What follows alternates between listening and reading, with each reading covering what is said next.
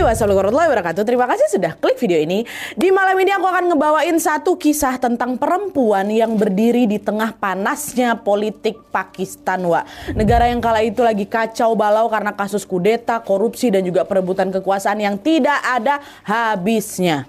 Perempuan ini tuh lahir dari keluarga pemimpin, tapi hidupnya jauh dari kata tenang. Dari kecil dia sudah belajar apa artinya kehilangan, gimana rasanya dikhianati, dan gimana rasanya tetap berani di saat semua orang disuruh bungkam. Perjalanan seorang Benazir Bhutto sampai ke posisi ini jelas tidak mudah, Wak. Dia udah pernah dipenjara, dia pernah diasingkan, sampai diancam akan dihabisi nyawanya. Tapi di balik semua itu, Benazir Bhutto tetap maju dan terus berjuang untuk kemajuan rakyat Pakistan. Dan ketika berada di puncak karirnya, Wak, ada satu bahaya besar yang diam-diam sudah mengintai nyawanya. Kira-kira apa yang terjadi sama Benazir Bhutto? Tanpa berlama-lama kita langsung masuk aja ke ceritanya ya. Check it out.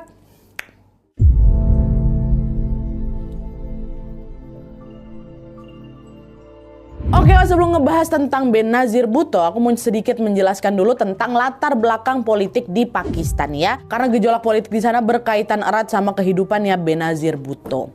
Jadi, Wak, Pakistan itu baru berdiri jadi sebuah negara pada tahun 1947, tepatnya setelah mereka berpisah dari India. Nah, awalnya Pakistan dan India ini adalah satu negara memang, Wak, yang sama-sama di bawah kekuasaan Inggris. Nama mereka itu India Britania. Tapi seiring berjalannya waktu, mereka mutusin untuk pisah gara-gara perbedaan visi dan juga ideologi. Dimana pada saat itu India ini pengen mendirikan sebuah negara sekuler yang gak hanya ada satu agama aja. Sementara Pakistan pengen mendirikan negara yang isinya khusus rakyat umat Islam. Nah, karena perbedaan itulah mereka akhirnya berpisah. India jadi negara yang mayoritas rakyatnya beragama Hindu, sedangkan Pakistan jadi negara yang mayoritas rakyatnya beragama Islam.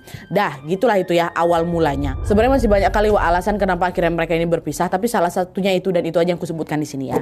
Nah, pas awal berdiri, Wak, bentuk negara Pakistan ini adalah republik sama kayak kita Indonesia. Tapi bedanya mereka itu punya dua jenis pemimpin. Pertama ada presiden, terus yang kedua ada perdana menteri ya. Nah, presiden ini perannya itu untuk ngurusin urusan simbolis macam tanda tangan undang-undang atau sekedar terima tamu dari negara lain. Nah, sementara kalau si perdana menteri ini dialah itu yang bikin kebijakan, dialah yang mengatur pemerintahan, dan juga dia inilah yang mengambil keputusan penting untuk rakyat Pakistan. Jadi secara tugas, Wak, memang lebih berat perdana menteri. Jadi presiden cuma untuk ngurus simbolis, sementara perdana menteri betulan ngatur urusan negara nih.